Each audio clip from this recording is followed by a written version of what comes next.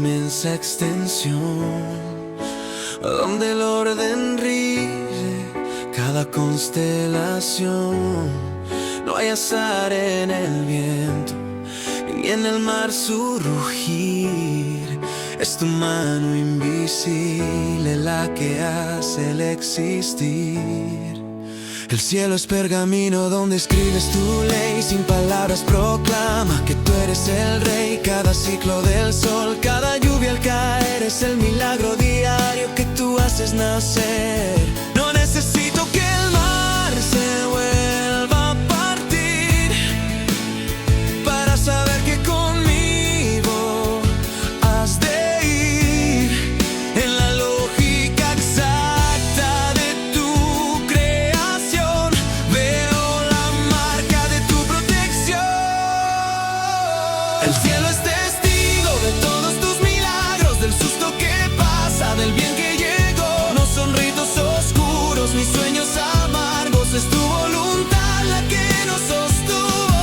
Desde el alba que nace hasta el anochecer, tu bondad es el hecho, tu fuerza el deber. El firmamento canta lo que el alma ya sabe, que en tu providencia el mundo cabe. Tú cuidas del paso de tu pueblo Israel. En la historia que fluye, tú siempre eres fiel. El milagro es la vida, el pan la salud, la mente que entiende con rectitud. Tu gloria no habita en lo que es confusión, sino en el precepto y en la devoción. Si el cielo se aclara tras la tempestad,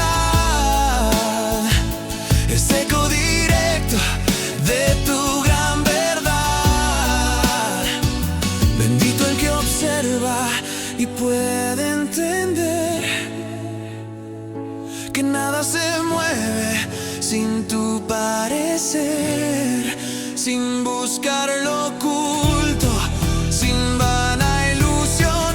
Mi fe es el estudio y la acción. El cielo es testigo de todos tus milagros, del susto que pasa, del bien que llegó. No son ritos oscuros ni sueños amargos, es tu voluntad la que nos sostuvo. Desde el alba que nace hasta el anochecer, tu bondad es el hecho, tu fuerza el deber. El firmamento canta lo que el alma ya sabe, que en tu providencia el mundo cabe.